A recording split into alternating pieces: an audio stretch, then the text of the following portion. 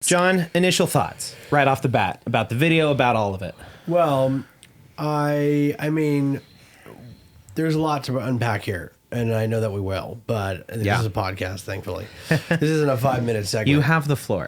And I think, well, what I'll first bring up, we can dive into the internal meaning of the whole video, because I think there's so many a lot of biblical allegory, which is interesting. I didn't think about that.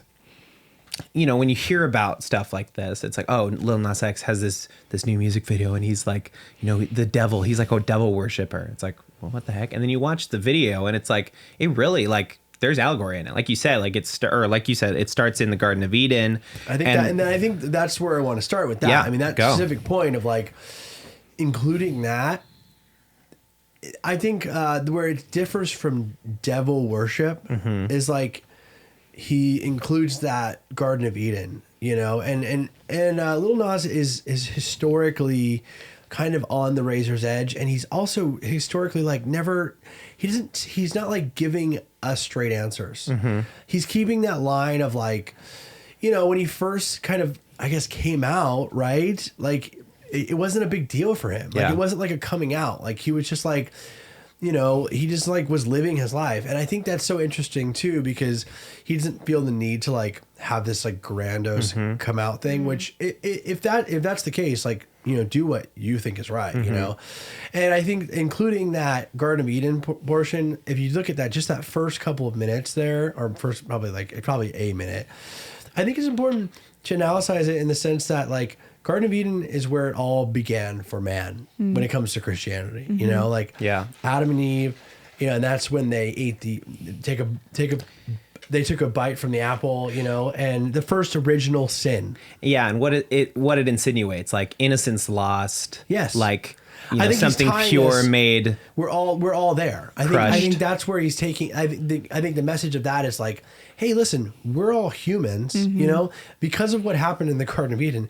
We all are sinners, and sure, I mean, some people are trying their best. It's keeping on the straight and narrow, but at its core, no one is perfect. No human is perfect. Yes. And I think it's commenting on the fact that, who are we to know what is sin and what is not?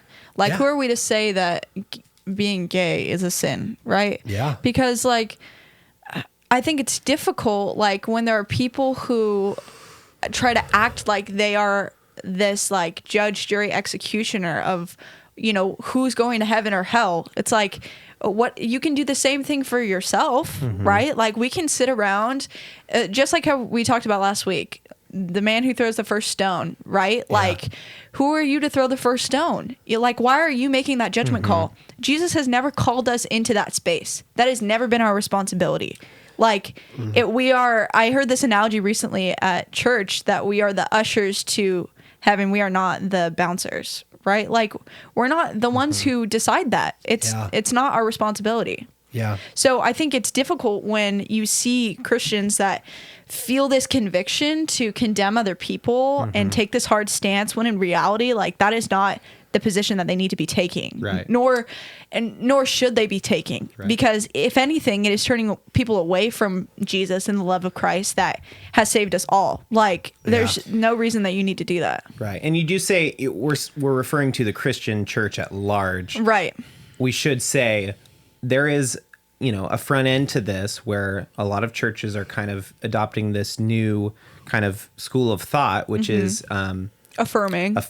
What is it? Open and affirming. Open is you're welcome to come as you are, which the fact that is a new ever been disputed. Yes. But open is you can come and be a part of the community, but I think there's a level of I don't know if we would merit if we would do your wedding kind of thing. And affirming is what you're welcome here. You're welcome here. You are a part of this. If you want to get married, whatever you want to do, we have your back kind of thing. I think that's the way I understand it. Yes. And I feel typically, which we've talked about this before, is typically when these conversations come up, when there are maybe modern issues or things that the church hasn't dealt with before or wasn't willing to deal with before, they tend to compromise their critical thinking and they step away from the conversation instead of leaning in because it's difficult for them to make a judgment call. When in reality, it's like you don't need to have a full grasp on the situation at hand. You need to be leaning into Jesus and you need to be leaning into the love of God. And so when people try and like have a full understanding or have all of the answers, it's like that's not always the case. Like you're not going to have all the answers, right? I think it's easier, I think the flip side of that, to make a judgment call. Yeah. I think it's easier to go like, okay, like I'm going to put this in a box because I don't fully understand it. It kind of scares me. And I can't, like, I'm going to other you because I don't think there could be a real person behind this. Right. So when I in think reality, when like doing the groundwork, rebuilding those bridges to those communities is really hard for, you know, the Christian church. Like, because like I said, like, you know, something I don't quite understand, but I'm, you know, instead of othering you, bringing you in, like folding you in. right. So going back to the music video, I think for me, like what I was seeing more controversy wasn't the music video. It was the new shoes that they just came out with. Because I saw like a couple TikToks being like, has anyone seen Lil Nas's new music video? But then everywhere else, I've only seen the shoes. Now it's tied inherently to the shoes. Right. And Yes. what Kara's talking about Yeah. is it's these Nike shoes that have been redesigned to be, they're calling them Satan shoes, satanic shoes. 666. 666 Yep. copies of the Hey, we shoe love a They have good branding the- moment. that they're I gotta selling. give them that. And that's what I think it is like, Right. and you know, that's what's crazy to me is like how much power we put In things. in the hands of a symbol, in like, you know, all of this imagery of the devil. Like The lore. we put so much like emphasis on that and fear. We I get think they lost in the put fear. every single symbol of hell and the Of devil course. in those shoes. Well, And- also, and there's that's this because- lore that there's a drop of human blood in the soul or Yes, something. and I read, who knows if this is true. I don't but it's buy a it, very but- small business that that it's like Lil Nas times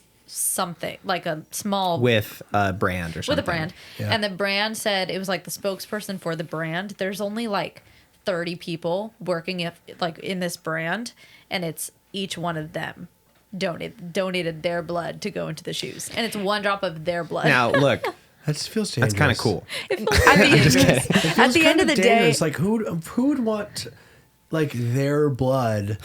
Like just But the I- idea that the whole world knows that there's real blood in there. I just like. Just But at it's the not end of even the about day- the blood. Exactly, yeah. It's not even. It's about the like Statement. the mystery. And I right? think like what it the, is- Oh, like there's a drop There's of actual human human blood. in It's- every copy. It's like there's a golden ticket under this chocolate bar. It's like there's $100,000 whether or not there when you even scan is this QR code. freaking whether or not there is kind of moot when you consider the fact that we're all talking about it, Yeah. and it's Yeah. got this weird, like, mysterious and edge to it. At the root of it, the very root of it is the fact that the church is not handling any